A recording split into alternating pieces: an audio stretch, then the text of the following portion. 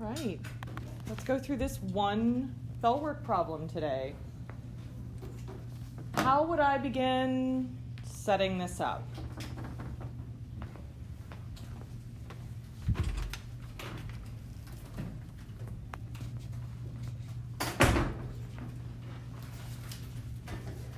Tell me what you wrote down first, or what you underlined first, what you thought was most important. Graduation money, this amount right here, okay. 6.28% interest. 6.28% interest. Can we use it like that in our equation? No. What do we have to do to it? Divide it by 100. Divide it by 100, so 6.28%. We're going to divide that by 100%.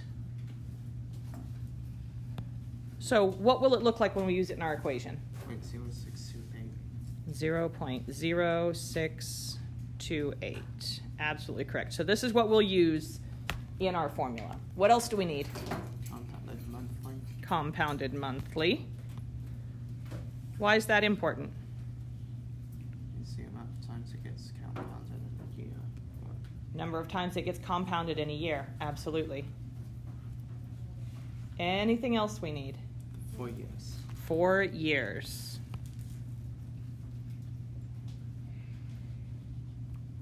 All right. So talk me through this. What operations are we going to need to do, and with which numbers?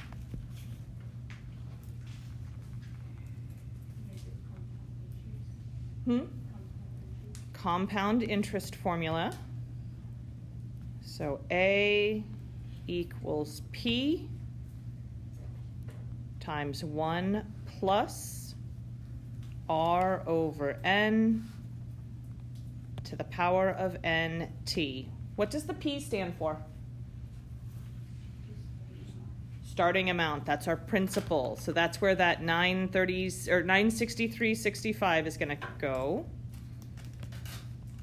963.65. What do I want inside the parentheses? I need to keep the 1. Nothing goes in the place of the 1.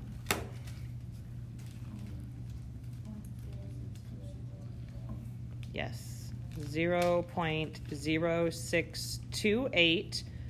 We're going to put that over 12. It's being compounded monthly, and that 6.28% is how much they pay over the whole year. So you don't get the whole thing in the first month.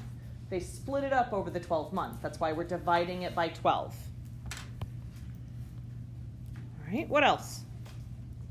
Put 4 as a power behind the parentheses. And times that by 12. Times that by 12. Why are we timesing that by 12? You're absolutely correct. I'm just curious why. Good question. How often are they paying interest? They're paying it 12 months over the course of how many years? 4 years. So what we're doing is we're figuring out how many times they are going to deposit interest into that account. If you leave it in there for 4 years, the bank is going to make 48 different deposits into that account every month when they pay interest. All right, so we're ready to pop it into our calculators. You can pop it in exactly as is, or you can multiply the 12 and the 4 together first. That might make putting the exponent in a little bit easier, especially depending on what kind of calculator you might have. So 0.0628 here. 12 to the power of 48 from multiplying the 12 and the 4 together. And what do we get when we do that? 1,238.02. 1,238.02 or 0.03, depending on how you round that last number. Remember, I'm never going to count you wrong for being off by a penny. It only takes the difference of a penny to decide. There we go. All right. Does anybody have any questions for me on the bell work? All right.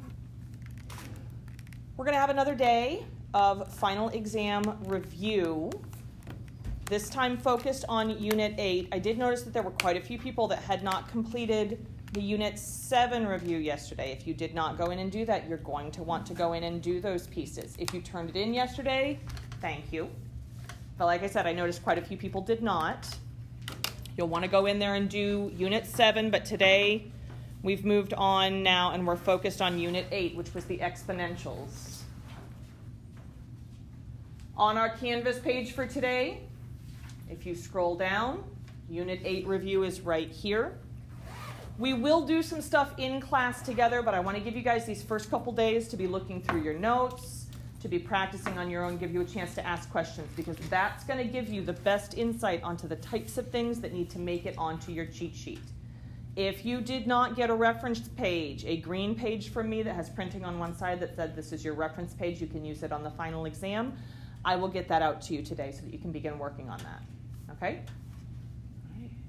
Let me know if you guys need anything. I've got several people that need to finish up some tests, so I am going to pass those out to those individuals so they can work on those during this class time. If you are not working on completing a test, you need to be working on either the Unit 7 or the Unit 8 reviews in Canvas. You can complete those from your phone. You can work with partners if you would like to. I want you guys to study together, but we do need to keep the volume down since I will have some people completing tests. Okay?